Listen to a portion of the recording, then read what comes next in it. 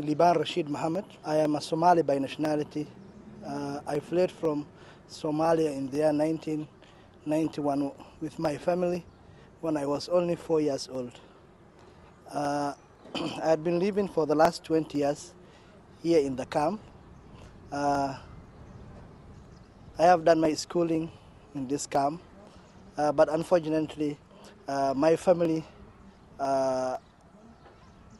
if I talk about the profile of my family, my father went back to Somalia in 2000, and after reaching Somalia, what happened was we had a farm there, and he was a farmer, and he was killed when he went back.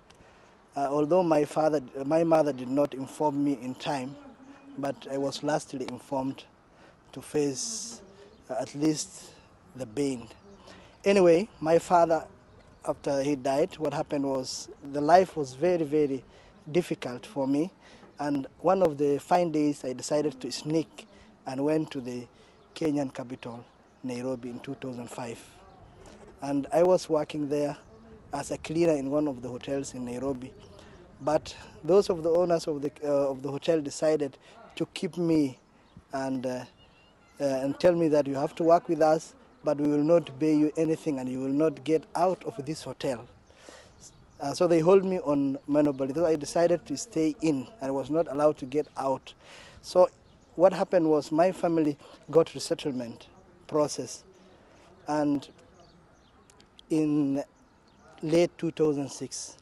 In 2007, when they were in the process, one of the good Samaritans met me at the hotel, and he told me, your mother was very much obsessed about you, and she was looking you, and she wanted to know of where your whereabouts, and he bring me home with my mother. My mother, in that particular time, she was in the process. In 2007, May, I went with her up to JVA, and they told us it is not the American embassy representatives that allow families to unite, but it is about UNHCR. So you have to allow your family to be resettled and you stay so that they talk about you later on. And what happened was my family left August 2007 for America. My mother called Mumina Muhammad Ali, my brother called Abdikani, my sister called Samira, my other brother called Abdihalim, and my other brother called Abdimudin. They are now living in Minnesota, Wilmere. But for quite some time, I also get the chance to be able to join them, and I'm now in the process of going to America, and one of the fine days, I think I will join them. So far,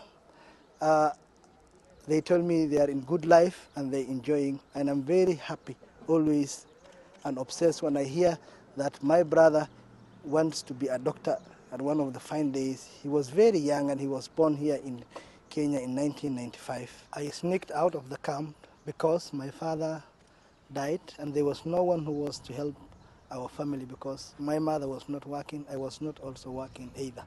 So all that was lying on me, so I decided to take the responsibility to help my family, that how can I help my family and give them at least something they can live with or get their daily bread. So that's what made me to sneak, because I could not be able to listen the pains of my brothers that when they go to school, they are always embarrassed that your father was killed, that your mother was raped. You know, my mother was raped twice in this camp because in 1991 and 1992 and 1983, during that time, there was insecurity in the camps and there was guys called bandits, called shifters. So she was raped thrice when she went for firewood, and there was no firewood that was distributed by then. But these days, there's distributions of firewoods when the circumstances and when they listen to the pains the women are facing in the bush. Here in the camps, it's not allowed people to get out of the camp without a reason. The reasons being if there is medical or for education. So there is restriction of movement. People are not allowed to get out of this camp. So there are buses that always come here and go to Nairobi. So I went to the bus, sit next to a man. I convince him that he tells the conductor that this is his son, and he did that.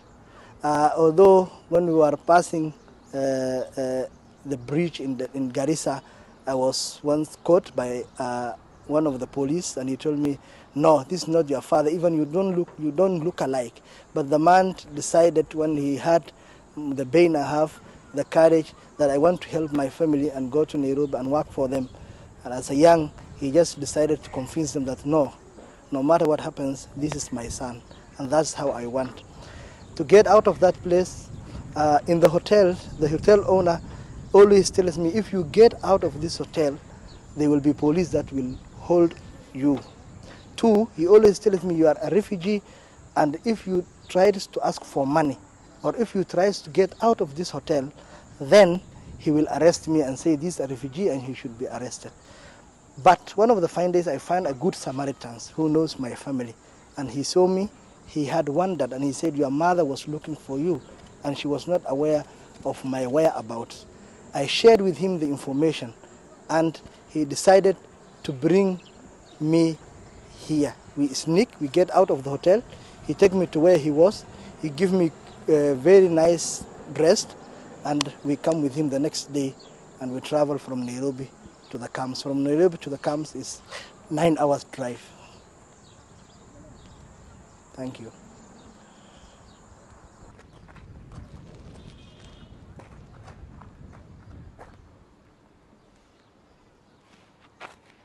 I